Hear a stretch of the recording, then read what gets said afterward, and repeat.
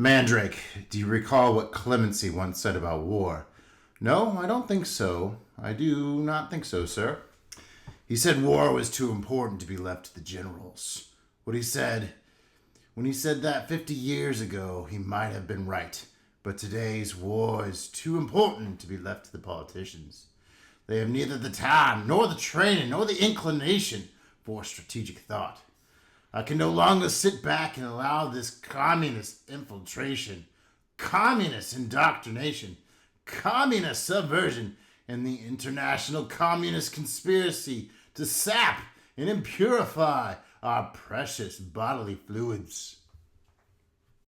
Austin Powers, International Man of Mystery. Not quite. A little older than that. It's in the Criterion Collection. What would you say the genre of this movie was? I was thinking a spy movie.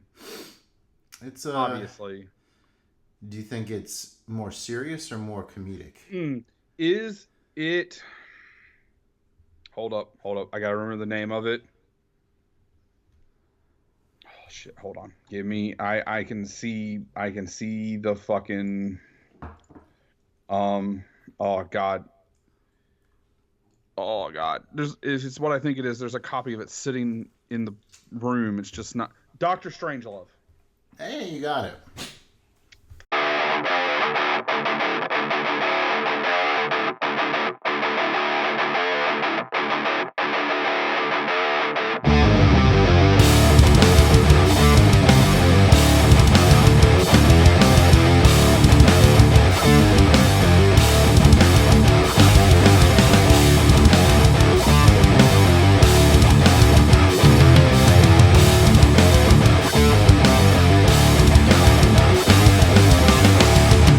You and I have unfinished business. Oh? And what's so stinking about it? Non è facile il feeling. Spirit is something. I think this just might be my masterpiece.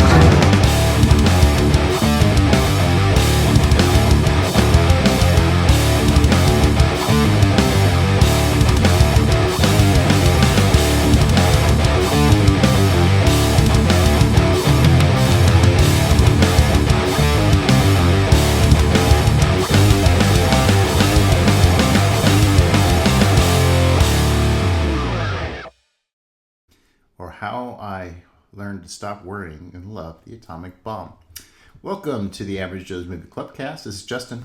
And I'm Joey. We're in the final stretch of summer and going to keep things hot with some movie talk. First up, we got the first movie I remember not liking when I saw it at the theater. And that one's called We're Back, a Dinosaur Story. Good reason to remember that. Plus, it was always a good time when we talk about Quentin Tarantino's movies. We've done Pulp Fiction and a little bit of Kill Bill, and what else have we officially done on the show? I think we did Death Proof. Yep, Death Proof. And we did the half Tarantino movie From Dusk Till Dawn. Mm-hmm.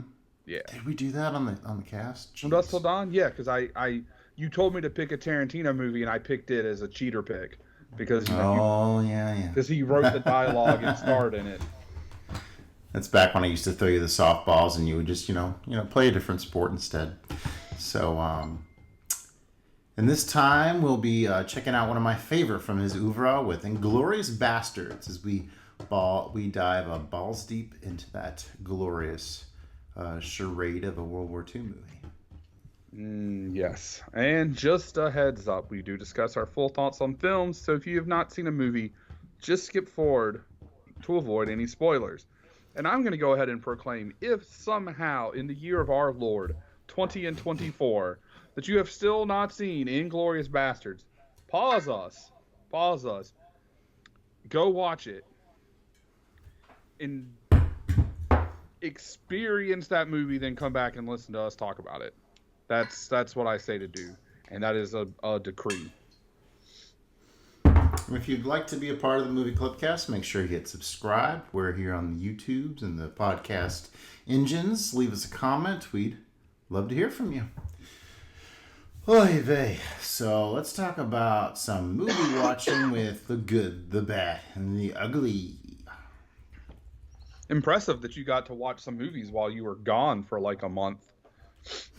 Yeah, it was it definitely slowed down. We've been definitely doing a lot more shows nowadays. I had mentioned to you a couple of days ago. We, just want to kind of get the family together, watch some good wholesome material. So we've been watching the Reba show on Netflix. Kind of overly silly at times. Like it's kind of crazy how like she's the only like reasonable one, and everybody else in the family is kind of a total d-bag and like definitely undervalues her. But I guess that's kind of the joke of the show. Watching that, and Jane the Virgin is also my wife's one of her favorites. So we've been watching that pretty nonstop. And I think you had said like America Ferrera you thought was in that show. That she was in Ugly Betty. I think the girl in this one is Gina Rodriguez, maybe something like that. But yeah, been watching a lot of TV and slipping in some movies here and there with Deadpool Wolverine coming out. Boys wanted to get up to speed on that franchise, so that was fun to do. And mostly comedies. You are correct. It is Gina Rodriguez, and it is also labeled as an American telenovela. So you are also right about that. So yep, for sure. Yeah. I've never really been into telenovelas, but like I'm pretty familiar with like what they are, and it's neat to see that molded into a more of a series type show, romantic comedy. So. All right, so my categories here are cinematic milestone, did not blow me away, and my stand-up act is the movie. My stand-up act is the movie. Which stand-up comedian is that? I've got Old Willie is at it again. A stare says a lot. And X gonna give it to you? Question mark? X gonna give it to you. Question mark. All right. Well, I'm here about Old Willie. Old Willie. So that would be our boy William Wilder, Billy Wilder, Willie Wilder, whatever. Oh, okay. I watched The Apartment. Oh, okay. And boy howdy. If you have not seen this movie, when you finish this podcast, go watch it. It's free on Tubi, because Tubi has everything with ads, but Jesus Christ. I have not seen a Billy Wilder movie that I did not think was amazing. I think the worst one I've seen is 7 Year Itch, which I think we did on the podcast. Maybe season 2 or 3. 3, I think, maybe. And if that's the worst movie I've seen of his, that movie was still pretty damn good. So he is just, like, I think if you think about like golden era, like, or 50s era Hollywood American movies, he's the guy. Like, he is the guy. His movies hit. They're well made. They're just amazing. And this movie is funny. It's romantic. He doesn't miss. He just doesn't miss. He is. I don't like that one as much as a lot of the others, but not most people acclaim it. So you're in good company. Yeah, it's I think I've only seen maybe 7 or 8 of his movies, and it's more towards the middle, because Sabrina, which we've done on the podcast, is my favorite, but Double Indemnity and Sunset Boulevard, like, those are all just so good. But yeah, he's become one of my favorite directors. He's right up there with like Quentin and Akira, and he's just so good. Glad you enjoyed it. Yeah. All right, I gotta know. My stand-up act is the movie. Okay, so I watched Chris Rock in Down to Earth, where he is a failing stand-up comedian who he gets caught looking at pretty hot girl and accidentally gets killed and sent up to heaven, kind of like that one Criterion movie. I think it's called Heaven. Not Heaven Can Wait, but like. Why am I blanking on what that movie's called? That's a good question. I ain't got an answer for you, homie. Because I don't know. Have you seen Soul from Pixar? No, I have not. Same kind of premise there too, where like there's this jazz musician and everything's going right for him, and then all of a sudden he dies and he gets stuck in the body of a cat, and so Damien Chazelle movie. It's all about the jazz. No. Oh goodness. Okay, Down to Earth. Let me see what. Oh, A Matter of Life and Death. That's the Criterion that I was thinking of.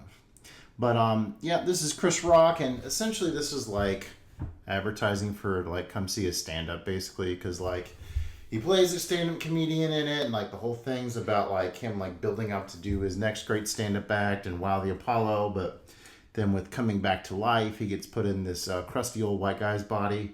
So he has that kind of working against him because that's not quite in his target laugh demographic. So doesn't quite lean that much into the fact that, you know, it's this black guy that's in a white person's body thing. I mean, they kind of play up to that whenever the time's right a few times in order to get a couple big laughs. But yeah, kind of neat to revisit that one. That was we had that DVD on my parents' DVD shelf, so I've visited that one, or I'd seen it a couple times. Do you remember whenever he did Head of State, where he's like a politician? Nope. No? Nope. Oh, wow. Even like Robin Williams, like he had his movie where he was like supposed to be a politician. Sure, there's like this like era, like in like the late 90s, where these comedians were coming out with like movies where like, oh, they become politicians and say whatever they want, and this one kind of does that in terms of like, you know, treating like, you know, less fortunate folks better, because like the crusty white guy owns this hospital, and there's this part where he like tries to impress the girl by like showing up and saying, yeah, everybody can get you know, treated here, and you know, why is it insurance if you only benefit from it in case shit happens? And that's a pretty famous line, I think, that I put in my review. So yeah, Chris Rock, not in that many lead comedic roles. You know, he's normally kind of the supporting actor, but this one, yeah, is one of the ones he did. So yeah, Chris Rock leading a movie. All right, what you want next for me, homie? Let's do X is Gonna Get You. X is gonna give it to you? ? That is Saw X. Oh, ooh. So last year I had watched like Saw 5 through 9. And so I saw that Saw X was streaming on, I don't know, it was Stars or Prime, or it was on something. So me and Carl decided to watch it, and this is the movie that happens when your whole premise of your movie is that your serial killer, in an attempt to make him sympathetic, give him a terminal illness 20 years ago. And then you kill him, and we're like, oh shit, we want him back in the franchise. So we have to go back in time and make a movie that is placed between like 1 and 2 or 2 and 3. And all of our actors are 20 years older, and yeah, like there were some okay kills in it, but yeah, it just, I don't know, it wasn't terrible, it wasn't great, it just was. So like, this was Saw X? Yeah, Saw X. Okay. So I mean, like, if you're already, you know, 9 movies deep in Saw, including watching Spiral, the Book of Saw, which starred Chris Rock in it. Yes, it did. But if you're already 9 movies deep, I mean, yeah, go ahead and watch it. You're not going to be blown away by it, but I mean, you already know what you're getting from these after the first 3, where it all just went super downhill. So. All right, what didn't blow you away? So, Twisters, that big movie in theaters out right now. kiddos are really It's a eager to see this new one. it's a requel, right? It's like a sequel and a reboot, or is it just a straight sequel? It's supposed to be a sequel, but it's mostly a remake, I would say. Oh, a remake even. Okay. Like, it's kind of hard to like. The only thing from like the original that's in it is like the fact is this Dorothy thing, but that's only like a little name drop. It's just not set up as well as the original, where like the girl that really cares about weather like has this deep family connection to it. Like the movie starts off with like them studying this or them wanting to work on this technology, and then all of a sudden her team gets killed in a tornado, and yeah, from there she feels like she must escape that life, and then she of course gets dragged back or whatever. So that old plot line. There's some new fun elements, like the other guy. They waste a lot of time with like you thinking you're like aligned with this one group of people, but then you end up being aligned with another group of people. So it's kind of confusing and unnecessary how they kind of do a switcheroo on you there. So pacing wise, there's a real like the first Twisters, like you can just remember like how fast that movie went by. We're like a bunch of fun people chatting, doing this and that. And there's this whole like divorce thing going on, and all of a sudden they're off and chasing a storm, and there's a little bit more drama. They're off chasing a storm. So very nice flow like this. It seemed like this one stalled out quite a bit. Obviously the special effects looks better now, and there's a pretty cool moment where like a Twister goes through like a oil refinery thing and like catches on fire. So that's kind of neat. And then like this main cowboy's like truck, he can drill down so he can actually drive into a tornado and like anchor himself. So that's a nice twist. But it seemed like they were really just kind of going for more of a reality of like what the devastation that tornadoes have on like communities and stuff, which is understandable and neat how they brought that into it. But it seemed to kind of lose the fun of that original, or whenever I think of that original, like I think of like the sweeping score, all the fun characters, the exciting Twister action, and this just didn't nearly come together as clean as that first original classic. Okay, it's been a long time since I've seen Twister, so I don't remember much about it at all. So, all right, well I've only got one left. A stare says a lot. A stare, as in Fred Astaire. Oh. With Audrey Hepburn in Funny Face. Okay. So Funny Face, do you remember the movie She's All, I think it's She's All That, the one with Six Son the Richer and Freddie Prinze Jr., and he takes a bet and he makes the uncool girl pretty or popular or whatever. Take that but put it in like the 50s, but Audrey Hepburn is the one who has a funny face that isn't pretty, and Fred Astaire turns her into a model. So outside of that ludicrous premise that Audrey Hepburn is not attractive, this movie is fucking fantastic. Great musical numbers, which of course Fred Astaire. I don't think I'd ever actually seen one of his movies outside of like A Christmas Story or Santa Claus Is Coming to Town, I think. But I mean, I've seen some Audrey movies, and anybody who's listened to this, I love some Audrey. But no, the way that the movie was restored, the opening sequence, it's all very bright and vibrant in colors. It was presented in VistaVision, kind of reminding me of Technicolor, and I love the way that looks. So the colors really pop. The opening scenes definitely gave me some like Umbrellas vibes. And then there's a couple of shots behind a church. Is it set in New York or? It is. It starts in New York, and then goes to Paris. Okay. Yeah, so it's set in New York and then Paris. There is a church that is in France that they shoot a couple shots behind, and they are so gorgeous they literally look like they could have been shot by Kurosawa. And I even say something about that in my review. It's a quick, short little, Audrey Hepburn rom-com, but it is so great. It's worth watching. It's one of my favorite things I've watched this year. It's again, outside of the absurd premise that Audrey Hepburn is not good looking, is a fantastic movie. Okay, very nice. All right, what is your cinematic milestone? All right. So did you see my review last night gushing about old Deadpool and Wolverine? No, because you put spoilers in your reviews, and I haven't seen that. So, Okay. Okay. That's fair. and that and last night was SummerSlam, and then SummerSlam went off, and I went to bed. So, So I didn't really have any expectations for Deadpool Wolverine, but the kids wanted to see it, so I obliged them. And oh my gosh, I had such a good time with this movie. I guess I will keep it spoiler free to not ruin your experience. But well, I mean, you can hold on. You can go ahead and say whatever you want, and just tell me when to put my headphones back on. no, I'll just keep it spoiler free.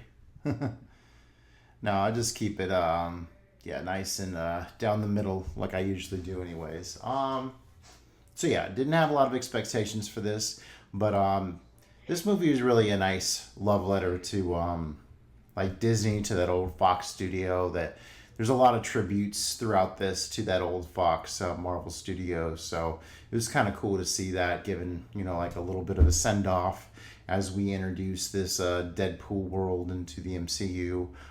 With this movie that pretty much did whatever it wanted to great success, because seeing Hugh Jackman and Ryan Reynolds next to each other, doing their things as these iconic characters, with Wolverine done probably the best he's been done yet in these movies. So so much fun. Loved it. It touched me as an aging comic book movie fan, and I was quite dazzled by it. The fact that you had anything positive to say about a movie with Wolverine in it is an actual cinematic milestone. I do find it hard-pressed to believe that he is going to be better in this movie than he was in Logan. And I know that you don't like Logan, and that's fine. It's not, but it's fine. But I mean, I do want to see this. I mean, I think actually I saw both the other Deadpools in theater. I don't know if I'll get to see this one in theater or not. But I definitely want to see it, and yeah, I mean, it should be, you know what to expect when you're watching a Deadpool movie at this point, and if you don't, yes, very meta, definitely making comments about Disney, DC, and everything in between. Yeah, but there is. I mean, that was all really well established in like the first two Deadpool movies, so of course they're going to keep rolling with that to the extreme, and I think it works great. And this is not a movie for children, keep in mind, people, it is rated R. So if you take your children, know that there's going to be lots of language and blood and maybe nudity, probably not, but possibly.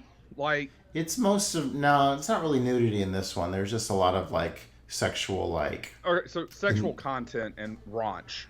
Yeah, with how they describe stuff. Like even the main baddie's talking about flicking her bean to Enya. So it's like, whoa! I wasn't expecting to hear that from a villain. All right, let's do this. Let's do this featured movie number one. I think we're both so fucking stoked to talk about this one. Let's go. Oh, come on. There's more here than that what meets the eye. We're back at Dinosaur Story. Hold.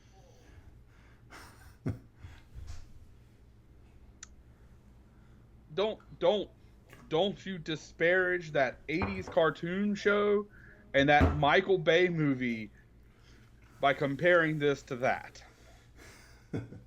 Because that's not even in the same league. And that's saying something, because it's Michael Bay Transformers. Anyway, continue.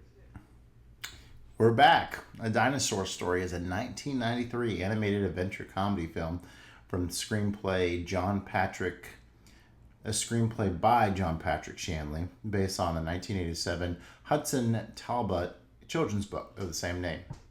It tells the story of three dinosaurs and one pterosaur who travel to the present day and become intelligent by eating brain grain cereal invented by a scientist named Captain New Eyes. Oh, shut up. That was his name? New Eyes. The film was produced by Steven Spielberg. And his brother, the villain, is Captain Screw Eye. Spielberg's Amblin Animation Studio, Amblimation, was behind this. We got the voices of John Goodman, Walter Cronkite, Jay Leno, and Martin Short. We're Back, a Dinosaur Story was released by Universal Pictures on November 24th, 1993. It was marketed as the more family-friendly equivalent to Spielberg's Jurassic Park, which came out June the same year. However, this one was a box office bomb. Okay, so did you notice the tips to the hat of Jurassic Park in this? Oh, you mean the giant marquee that said Jurassic Park, where I was like, God damn, I could be watching Jurassic Park instead of this? Yes, I noticed Exactly. Okay. I didn't notice these like hats and T-shirts or whatever that's in this point, but I didn't notice those, but I mean, I did notice that I'm on the marquee during the parade. So apparently they had a T-Rex or Rex the T-Rex in the Macy's Day Parade, and apparently its head got deflated, so it went through the parade with a deflated head. And there's also a dinosaur in the movie that becomes deflated. Coincidence? I don't know. Jay Leno, who provides the voice of the little weird alien, apparently did all his voice work 3 years before this movie even came out, because it sounded like it had a pretty troubled production for this very basic kids film that doesn't work. It was originally planned to be a made-for-TV special. That makes sense. And then apparently Spielberg was forced to make $1 million worth of changes to this movie, including randomly inserting a music sequence into it to make, to help with the backlash from the bad screenings. So, yeah, this is probably a surprise to most folks with this being on my list of like movies I hated, but it's kind of fun to have the history of this being like the first movie I came out of the theater being like, that just did not work for me. So wanted to revisit it with you and check out, why that might have been. So yes, remembered not liking this movie, but it always stuck out in my mind as this like strange dino movie from my youth. I remember my dad and my sisters all going to watch it with me, and it even like they kind of felt like, gosh, we're having to take Justin to go see this dumb dinosaur cartoon, because I even remember going to see Jurassic Park that same year. So like I was watching all kinds of movies. Yeah. So any initial impressions as before I jabber on?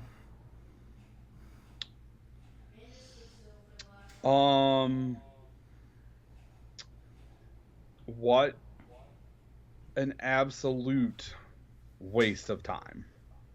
It at least had the decency to be short, but what a waste of time. That is, yeah, if you'd already seen Land Before Time, you'd already seen Jurassic Park, and any numerous other things, yeah, this is... Have you ever seen the Care Bear movie? I mean, maybe. I don't remember having seen it, but I possibly did as a child. It's a lot like that. Like, I hadn't really got to the end of that thought I was trying to read, but yeah, I just remember coming out of this and thinking it was such this odd movie, and it was kind of a waste of time because it was like over before it even began kind of deal.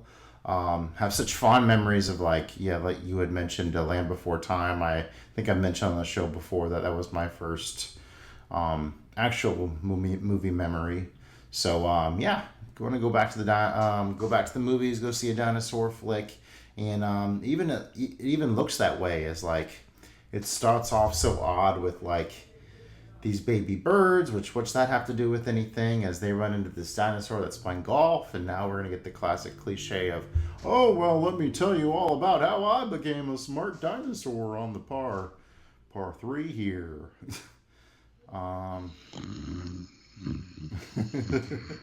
Oh, sorry. Are we finished talking about this yet? And then the flashback, yeah, it does seem just like you're watching Land Before Time, but you're not, unfortunately, because I would say the animation for the most part is pretty decent. I mean, it looks like Spielberg's bucks are behind it. I mean, yeah, like the animation is fine, and the voice cast is kind of crazy for this movie to be so just blah. All right. So I mentioned the super cliche setup here. Let's see here. Okay, so once we see that, yeah, dinosaurs are ferocious, so we get this goofy alien and this like time machine thing that floats like a spaceship, and they trap the dinosaur and feed it a bunch of cereal, which grows its brain. So now it can be John Goodman, and now it's hanging out with a bunch of other dinosaurs eating a mountain of sausage, even though these are supposed to be plant-eating dinosaurs. I saw that in the Goofs, and it kind of stuck with me. That, and also in the prehistoric times, who the fuck is making those hot dogs? Like, I understand it's supposed to be a kids movie, but like, I guess that was just part of what the chef was making on the time machine ship. I mean, I guess that was a lot of hot dogs. So if you've ever seen the Care Bear movie, it's very similar, where like the Care Bears, they like can hear the dreams and hopes and wishes and fears of like the children of the world, but then there's also like this evil magician who's, you know, looking out to like corrupt some kids. So it's kind of the same deal here with who went evil. Who went evil because he lost his eye and replaced it with a screw. Mr. Screw Eye. Yeah. Oh, what's the good guy? What's Professor New Eyes? New Eyes? Is that? Hold on, let's go. Yeah, New Eyes. Yeah, New Eyes. Screw Eye and New Eye. Bro. And even New Eye knows about Screw Eye because it's his twin brother, and you need to go to the Museum of Natural History because I've been hearing all these. So in his time, he came up with a cereal to help people's intelligence. And because of that, he built a machine to hear kids' wishes, and they all wish they could see a real dinosaur. And so it goes back in time and captures these real dinosaurs and gives them the cereal so they're intelligent and can meet the children of the future safely. And so that's the premise of this movie. So I would like to intersect here and say that this whole movie could have been avoided. The whole fucking movie had been avoided. Why didn't he drop them off at the goddamn museum? Like they do later in the movie? Instead of the Hudson. Oh, goodness. Then, I mean, yes, then there's no movie. But boy, howdy, we are saved a lot of time and boredom. And not really that much time. Conversation that we're having to have right now, we'd be saved all of that. Yep. So they're sent down and they crash into our too cool for school kid orphan Louie, who wants to go and join the circus, and even Rex hears his wish of, I just really wanted a friend. And so Rex is there to do whatever this kid wants because that's what his destiny is. Yeah, the studio flexing a little digital animation as like the kid Louie is flying around on this pterodactyl, a lot like Rescuers Down Under, but this movie looks nowhere near as good as that Disney movie. You remember watching Rescuers Down Under where the kid's going through Australia on the back of that eagle? I do. It's been a long time, but that came out 3 years before this movie. And I also remember Tailspin. Oh, Tailspin. Bro, we could have watched Tailspin. I'd have been a much Louie better. Basically runs into a very easy to persuade version of the little girl from Oliver and Company, because they kind of wander in the parade and they come across this rich girl who's been left by her parents, so she's all lonely and will say yes to anything. Man, that's the start of a different kind of movie. They happen to find their way back to the parade where John Goodman Dinosaur sings this random roll the rock to the back of time and sing this song with me thing, which was apparently added the last minute. It's actually the only part of this movie that actually kind of works. And I guess it was added at the last minute to make the studio happy. Maybe they should have started with this song and then, I don't know, paid someone who could write the movie. Like Spielberg, maybe Spielberg could have written the movie, or someone else could have written the movie, and it could have been worth a fuck. By the way, if you can't tell my thoughts on this movie, they are great. Let's see. when the crowd finds out, okay, so all the kids want oh, it would be so amazing if these dinosaurs were real. And then an all-out panic, of course, breaks out when they do realize, after the musical number, they realize this is a walking, talking dinosaur. So there's some pretty wild chase scene, I guess, with the dinosaurs on motorcycles and in cars and so forth as they make it out of there. And there's a building explosion, and they conveniently land right next to the Central Park, where there's a creepy part where Professor Screw Eyes' circus is about to come into play. Not long after we were introduced to said character. Dun, dun, dun. So right in time for those wishes to see the dinos turn the fear. The wishes of dinos, seeing dinos turn into the fear of them actually being monsters. Yeah, this is other kids' fears that the guy can use, and then also he uses that as a manipulation because he's already got the kids to sign a contract, which I don't know, felt really Little Mermaid-ish. Like it felt. Yeah. Actually, the people that made Little Mermaid wanted to make this movie, but Spielberg owned the rights, so they couldn't. That was also in the fun facts. Maybe he should have got them to write this fucking movie. Anywho. Okay. So Screw Eye easily gets the kids to sign the contract like instantly. Martin Short plays the sad clown that's just with this really mean guy for some reason. This circus needs a clown. Seems to have some kind of mind control power with the Screw as he tells the dinos that the kids are now under contract and gives them this turns them into monkeys.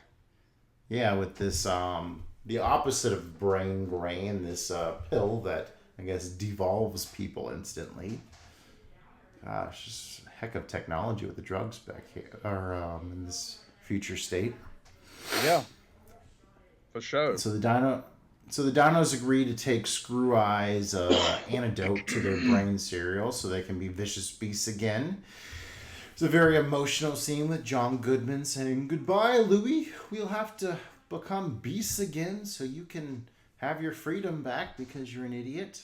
And it's a nice sunny morning, and then that night they're going to be part of the show, and they dress them up as little monsters, and they finally see that their buddies are now prehistoric beasts again, and the Screw Guy can control them with his eye until he can't, and so the power of love stops Rex from the power of friendship. Protects Dr. Screw Eyes from being eaten by the dinosaur, and his brother shows up and is just like, "Oh, you're not in the right place. We probably should have dropped you off at the Museum of Natural History instead of right over the Hudson River. So let's go take you over there." Dr. Screw Eyes is very sad at this point and becomes consumed by crows and disappears into somewhere. And turns into a screw, and all that's left is his Screw Eye. Yeah, he had a screw loose. Thankfully, see, Louis throws down some tear-jerking words to get the power of love on his side as, he brings all the dinosaurs instantly back from their degenerative brain state. So, we bookend with going back to the golf course, seeing our main character, the bird that nobody cares about, saying, bye.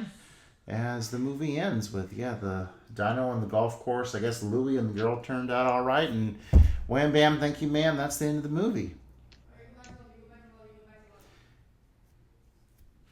Thank God. Did it change your world? Tequila. I want to say something like it made me want to fight you or something, but this is nowhere near as bad as some of the movies you've made me watch that I want. It's barely an hour. Yeah, I know. That was its saving grace. If there had been another 30 or 40 minutes of this movie, I would have had to fight you.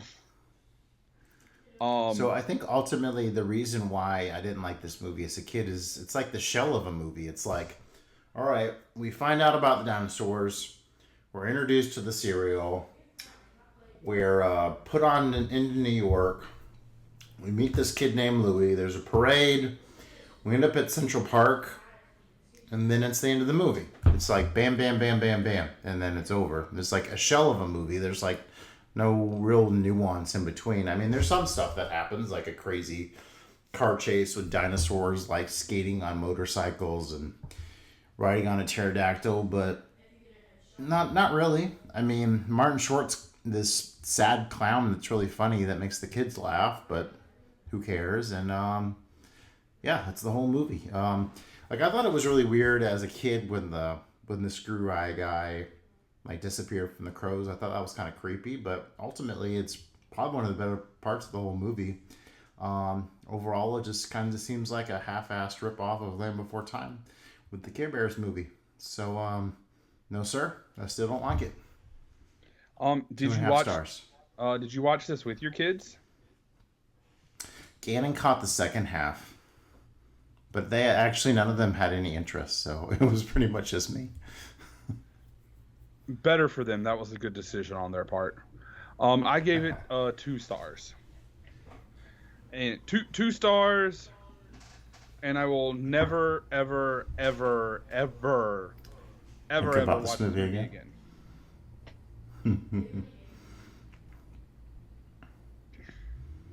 All right, we're done. So do you think? This.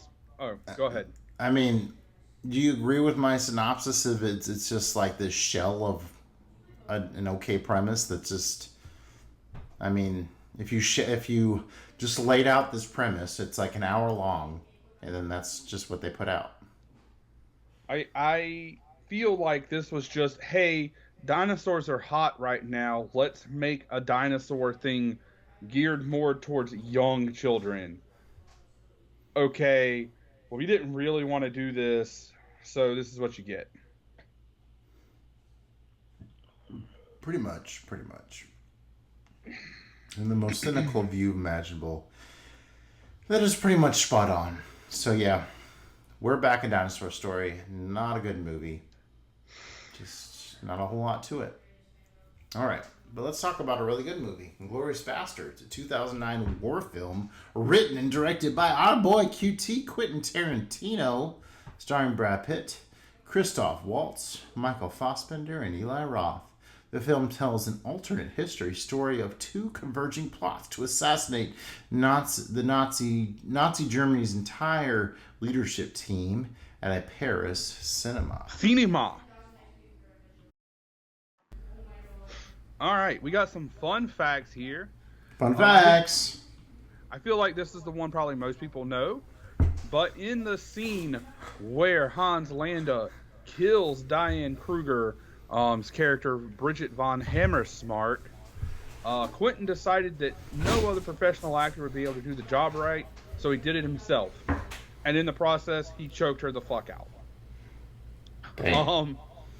So when you see her eyes bugging out on film,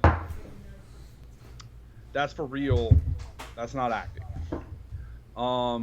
He started writing, that being QT, started writing the script way back in 98, but he had trouble with the ending, so he ended up making Kill Bill and Death Proof beforehand.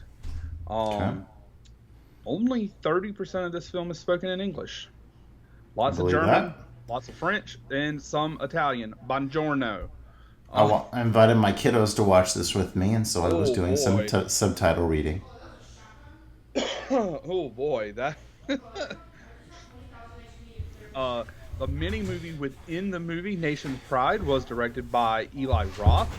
And you can review that on Letterboxd, and I have. Yep, I've also logged. I don't know if I reviewed it, but I definitely logged it.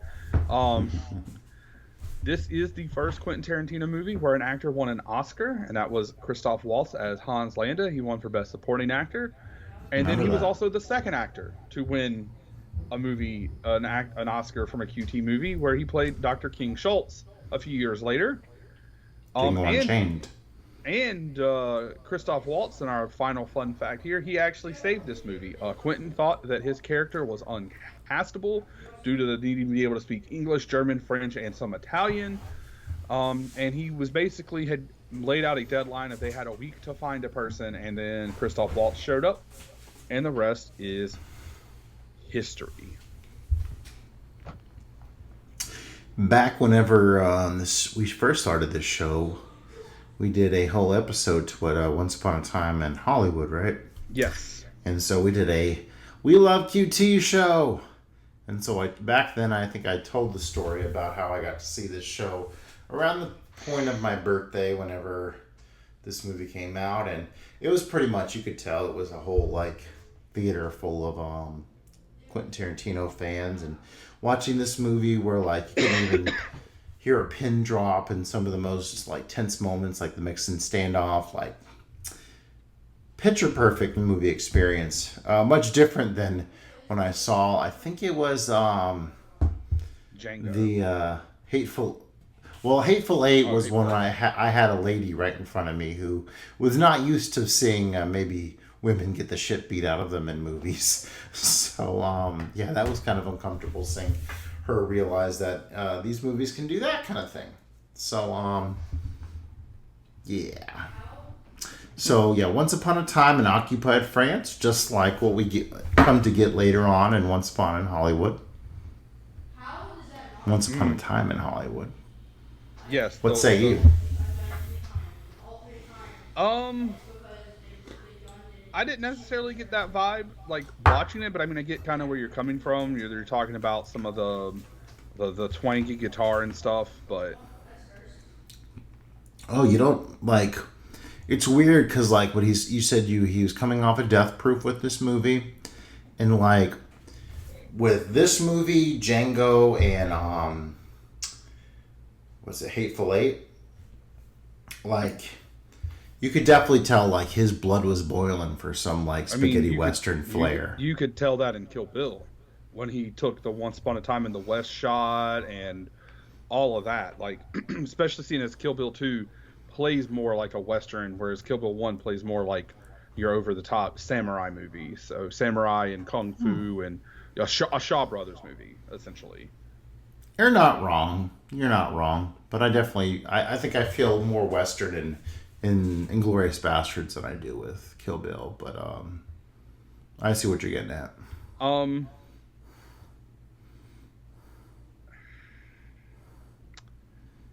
mean, I don't really get that vibe from this movie, but we can continue on. Maybe I can be convinced.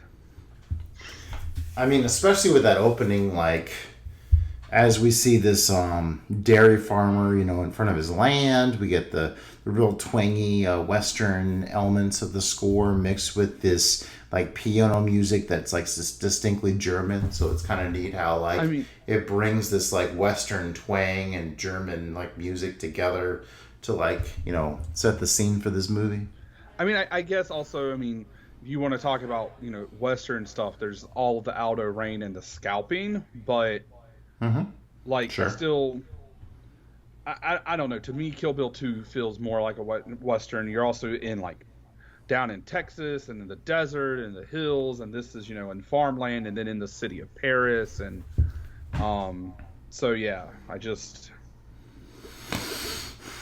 No, I can pick up where you're laying down. Yeah, I mean QT definitely has western throughout his oeuvre, but for I guess sure. it depends on when it speaks to you the most. Great wide shots of the farm and the surrounding hill land. This film is so good at amping up the tension in these long conversations they have. As like halfway through we find out that Jews are under the floorboards as he talks and talks and talks with this charm. It's so fun to be watching a movie and all of a sudden get these silly QT charm involved with it, like from Landa like just chugging down this whole glass of milk all of a sudden, which is so unusual for like a conversation in a movie, but you got these little cheeky nuances throughout that you're like, ooh, what's gonna happen next? He really puts us on edge. Oh yeah, and that whole opening scene is so tension filled from the beginning when you see them coming up the street and you're like, oh, okay. And like, you mean knowing everything that you know about the SS and, occupied France and everything to do with World War II. And then.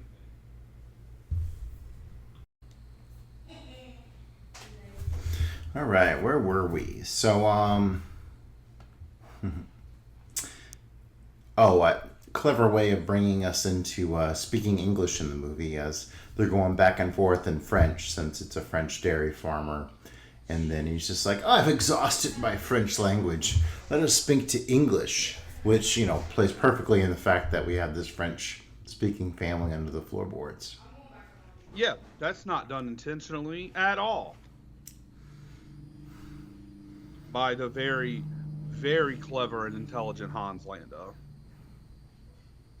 Slowly breaks the farmer down by, explaining these really matter-of-fact concepts, but then, infusing his little prejudice in there, to, comparing the Jews to rats who will abandon human dignity and actually hide under the floorboards, and like the proud German who thinks like the hawk, right? Well, the Germans think like hawks. Mm-hmm. I think he's Swiss because he said that they took him off his mountain, his Swiss mountaintop. Okay. Or which plays in later whenever he laughs at the actress for like her snow skiing injury. Just mountain climbing, not even skiing. Oh, really? Okay. Yeah, it was just mountain climbing. Just mountain climbing. I felt like skiing would have been a more appropriate answer, but we'll get to that. We'll get to that soon. How do you feel about rumors? Yeah, so he's so creepy but fun at the same time, because he'll laugh at these little things that are so coincidental, or like, he asked for permission to smoke his pipe, and by all means, smoke your pipe. And then later on, he asked for permission to smoke his, and he pulls out this like humongous pipe compared to the other guy. So it's just the presence of this guy with the writing of QT is just so cool, with like how he's such a menacing bad guy, but at the same time has these quirks that make you just love him. Yeah, he is, and this might rub some people the wrong way. Sorry, DC people. He is what Lex Luthor wants to be. He is the evil genius, but he's also just so suave and knows he's smart, and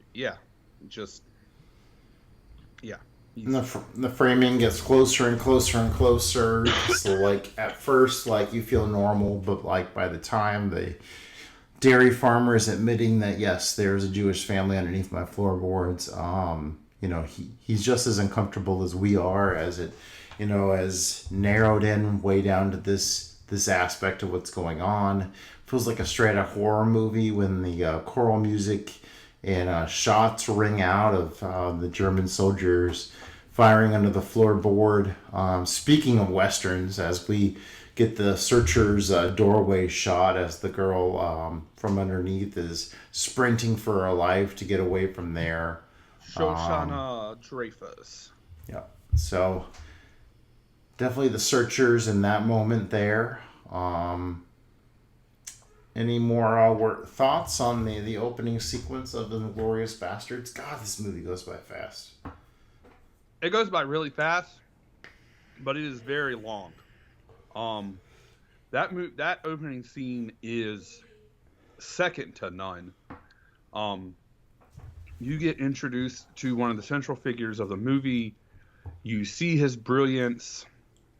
You see his intelligence. You see how charming and you see everything that you need to know about him in that moment that you see throughout the rest of the movie. The only question is, why doesn't he kill Shoshana? He has the shot. He can take it. He can easily kill her. So is it because he's potentially not German? But he's the Jew hunter. But is it just his job? And maybe he doesn't have that hatred for them. It's like, is that why he doesn't kill her? Or is it something else? Because he could have easily killed her. Had his men follow her. They had a car. They could have got her very easily. Never thought about that. Interesting wrinkle here. Ooh. All right, so entering chapter 2 here, we get Pitt very hilarious as the badass, talking about mutilating Nazis and scalping them, and everybody owes them 100 scalps, and I want my scalps. Not sure if you've seen Patton before, but very, very similar propaganda scene to like a general, standing out in front of his soldiers, declaring, what his expectations of them are.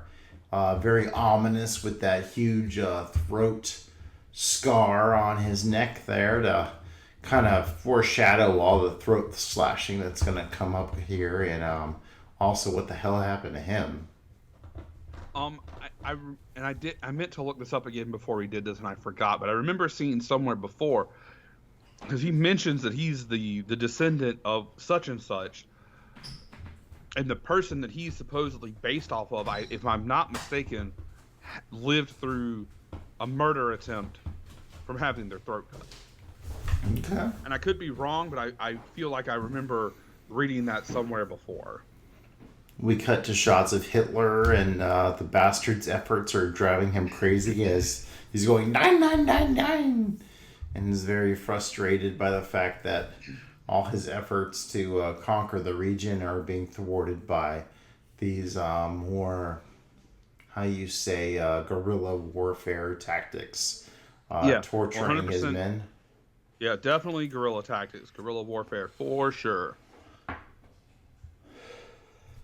Definitely a Western standoff feel whenever we have like the bastards surrounding this, German general that's being brought into before the entire, it feels like a council, but it's just him and Aldo, and Aldo's just like, all right, can you tell me where? He's a sergeant, not a general.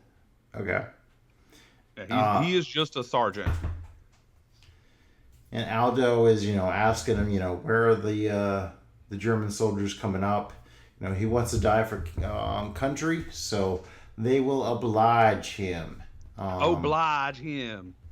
The sounds of the bear Jew heard for a long time as the thwank, thwank, thwank of the wooden bat against the stone wall of wherever he is being concealed, Eli Roth. He pops out and gives him a good smack around New York Yankees, Boston baseball style, as he beats the living hell out of this German sergeant. It's definitely Boston, because he talks about Ted Williams. He is a Boston baseball legend. Don't let Bostonians hear you say New York when talking about that. My bad.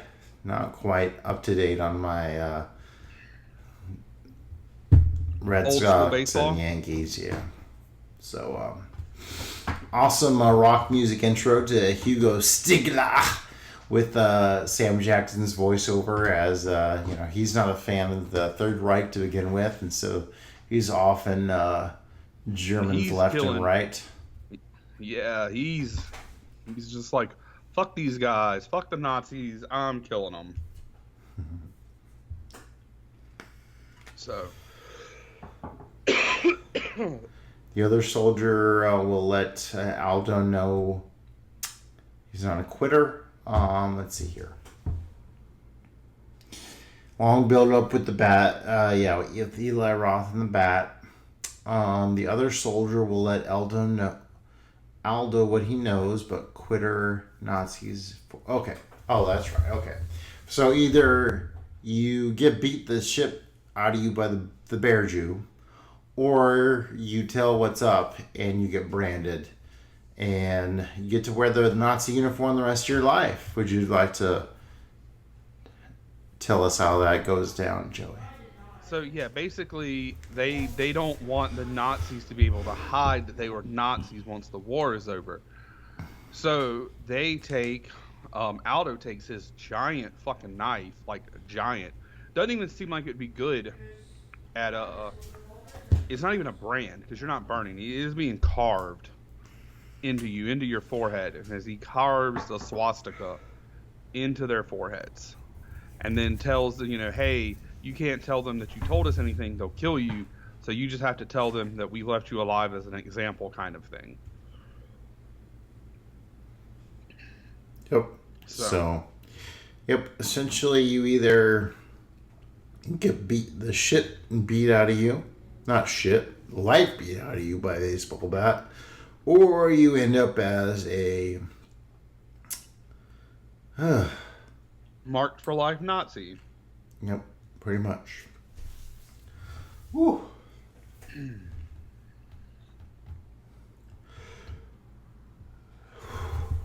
And then next it transitions from that into, I believe we transition to actually Paris. And we see who ends up being Shoshana, changing out the marquee on a movie theater. Yep. And then old Baron Zemo walks up. Not obviously Baron Zemo in this movie, but Baron Zemo walks up and starts trying to have some movie talk with her, talking about Chaplin and some other directors, and how he's surprised that they put German directors and stuff up there. And she's like, well, bro, I don't really have a fucking choice. You are occupying us. Yep. She's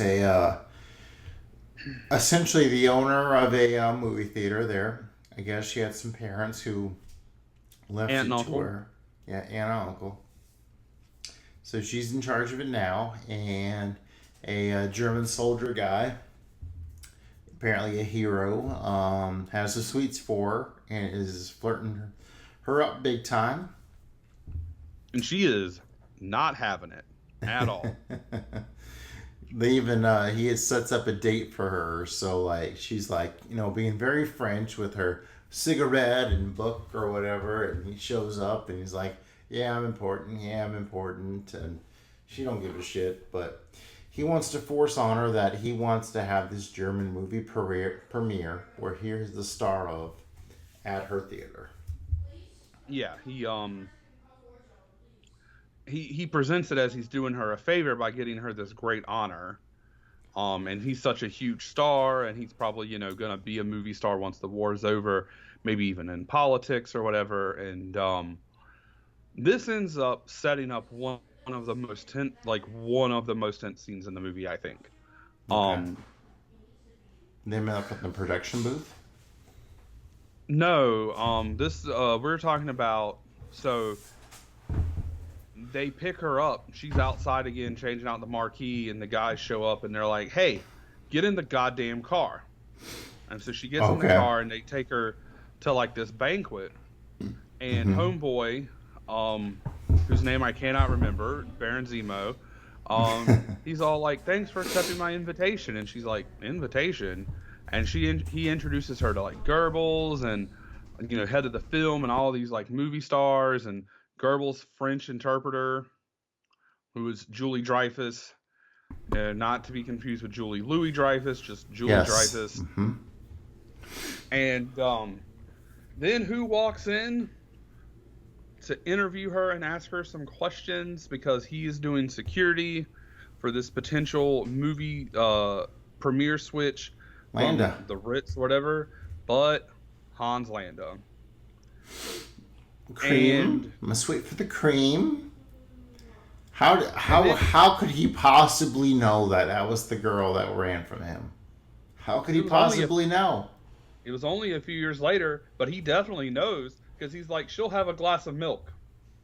The real question here is, because clearly he knows. So the real question is, this is the scene I am talking about. This part is so tense because she knows who he is. And once he orders that glass of milk for her, there's no way that she doesn't know that he knows who she is. We know that he knows who she is. He let her go from the farm, and he lets her go there and doesn't say anything. And is it because later on down the line, as we see later in the movie, he has his own agenda, his own end game? So by letting this happen, then obviously he doesn't know what she's going to do, and he doesn't know exactly what's going to happen with the bastards.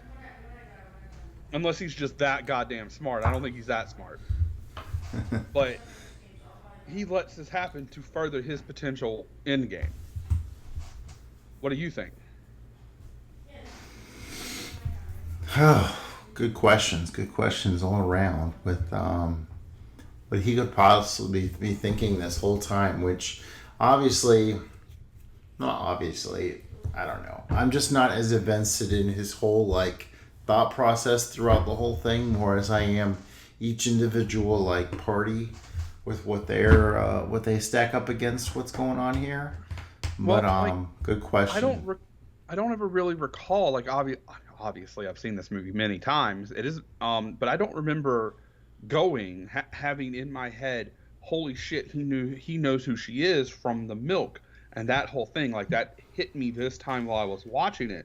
And so I don't know, it just seems like such an extraordinary coincidence to where how could he possibly know that was the one, when he's going on and on against about the cream. But yeah, he's going on about cream, which is dairy. He's going on about the milk. And remember, it's only a few years later. It's not like this is 10 or 15 years later. It's only like 2 or 3 years later. So she still probably looks very similar.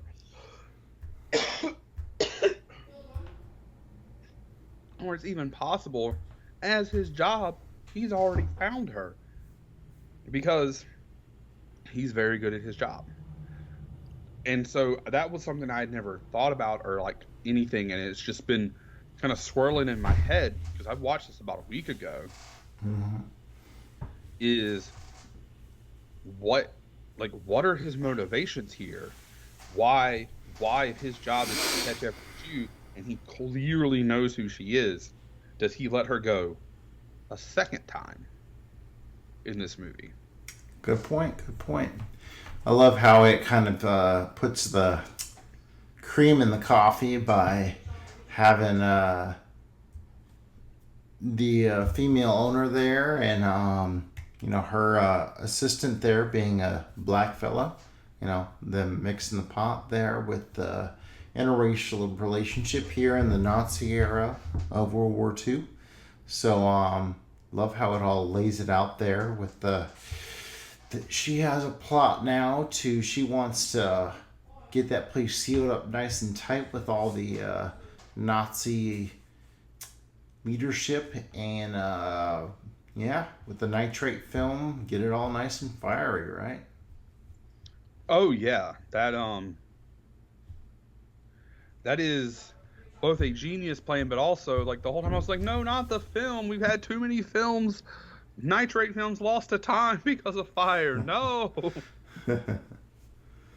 Good, yeah. You definitely feel Tarantino's influence there. The midpoint of the film here, we get Mike Myers cameo as Fassbender gets introduced here, and we get into this crazy ass 30-minute sequence where we're in a Mexican standoff where this is the bastards get associated with this German actress. That's their way into the cinema deal, and so this is the best scene of the movie in my opinion, or at least is my favorite. Wow, the whole thing in the basement. Oh my God, yes. This, which y'all can't see. But I'm holding up the German 3 versus the non-German, the English or American 3. Yep. Oh my God, it's so good. The playing the game and the King Kong. All of a sudden we have to think about one of our favorite movies as a racist propaganda machine. As the white sailors go get black You know, Am I the Chris, you know. plight of the Negroes in America? No. Well, I must be King Kong.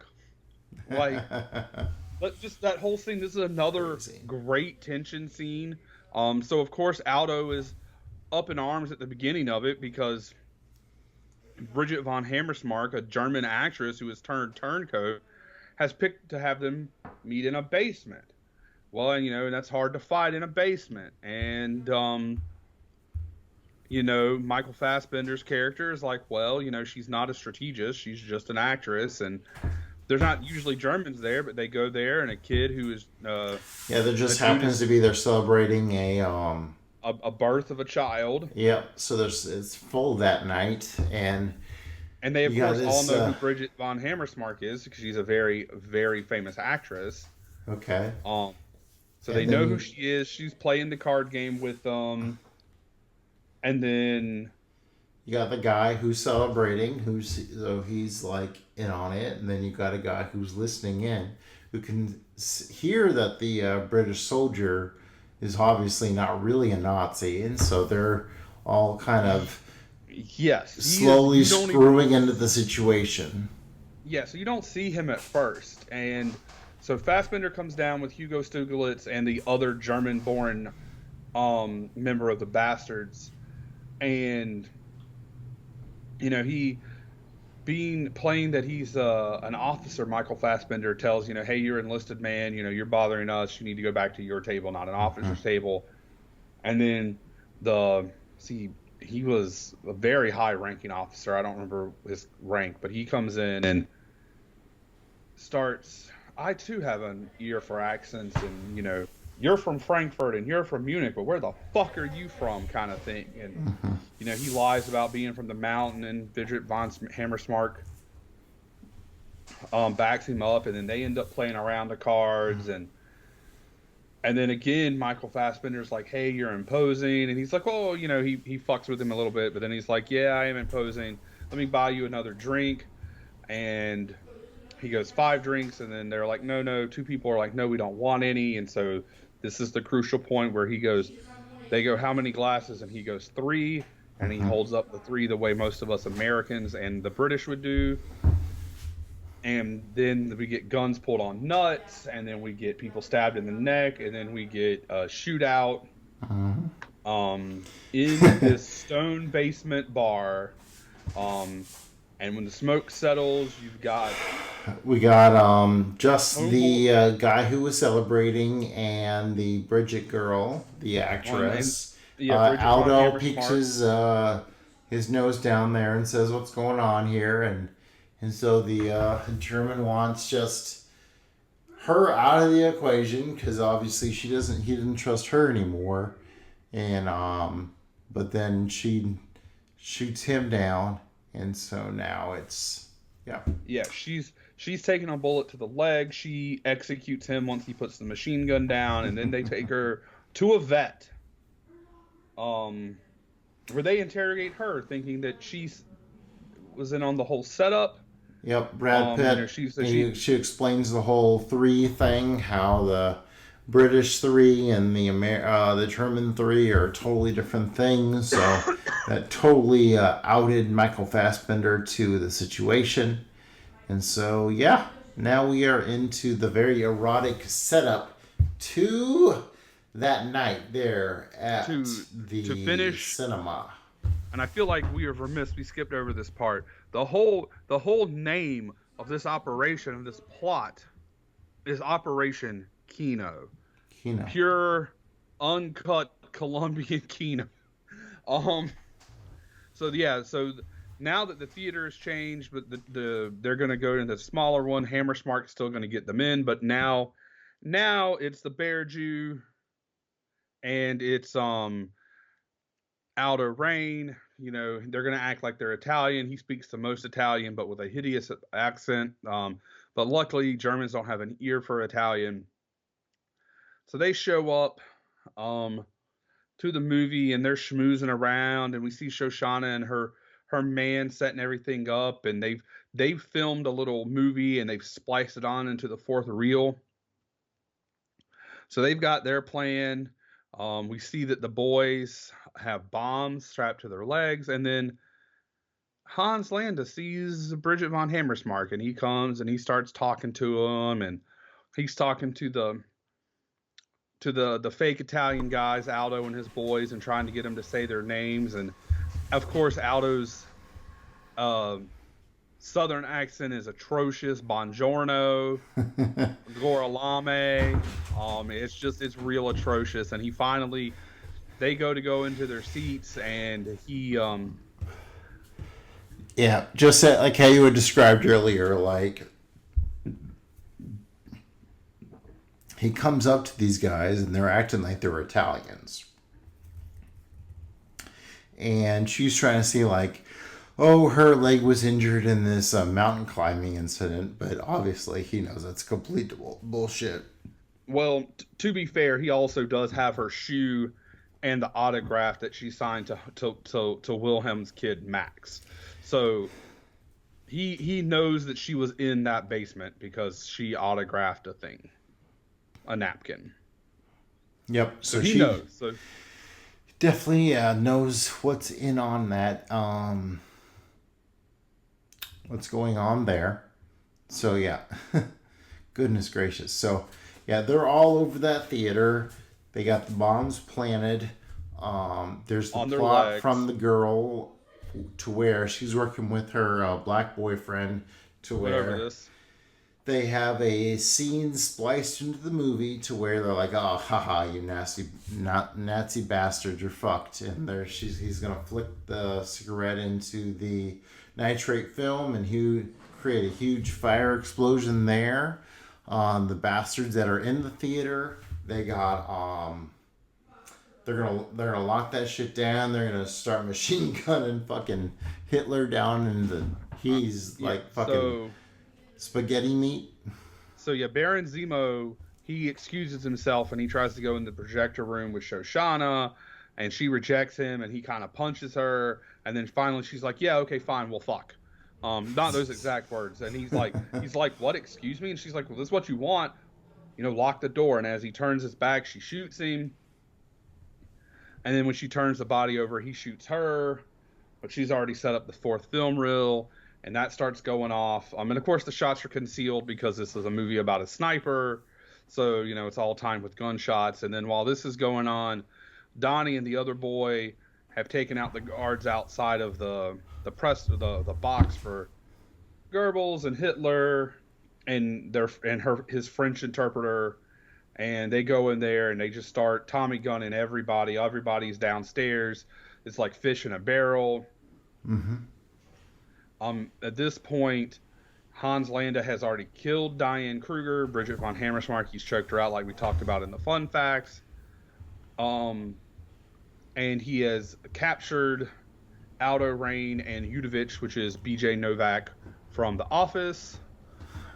And he captures them, and now he takes them out of the building along with himself. And, the building explodes, and everybody inside is dead. So Hitler's dead, Goebbels is dead, everybody. They're all dead. The whole German high command fucking gone.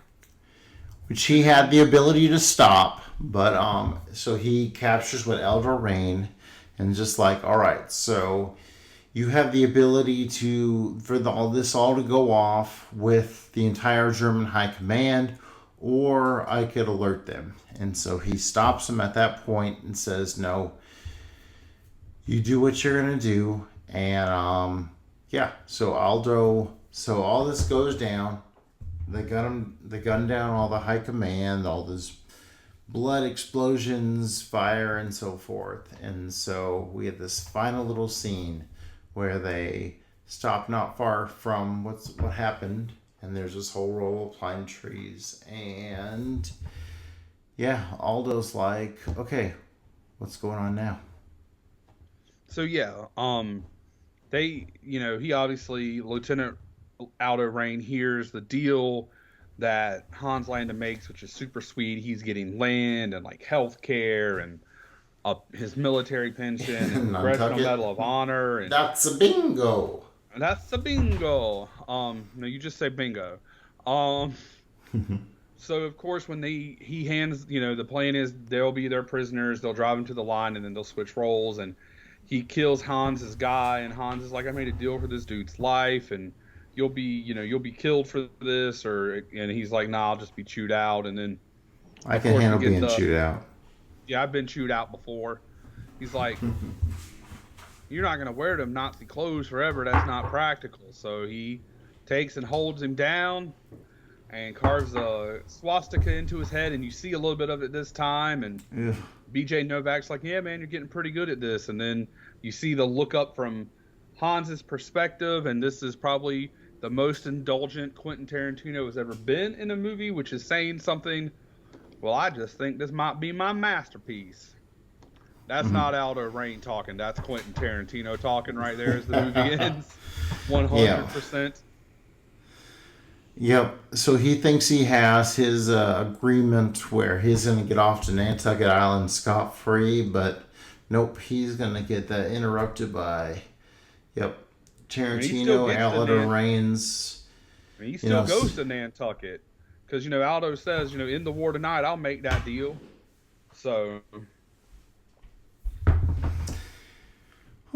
But he thinks he's off the hook, but nope, it gets carved right into his forehead where Aldo Rains, it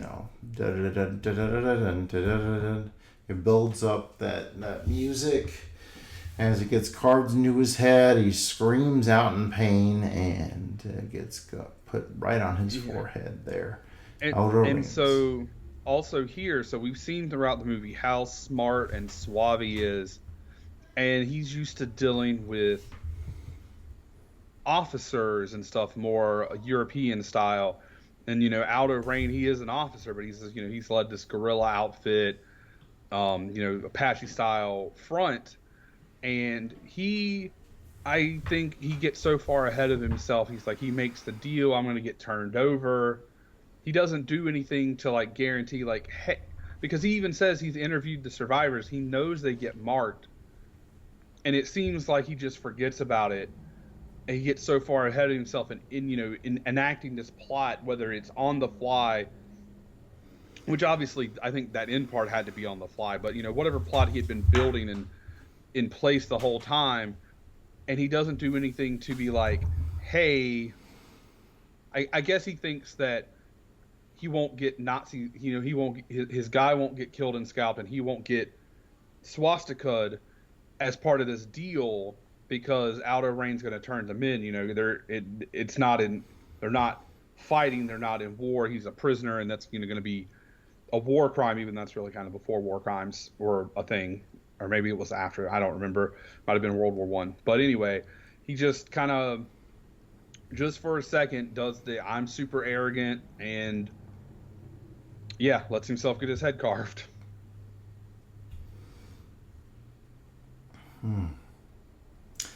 Yep.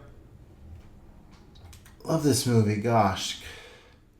Putting the hunt on the World War II movie genre. Fusing it with the Quentin Tarantino tension throughout. Amazing movie.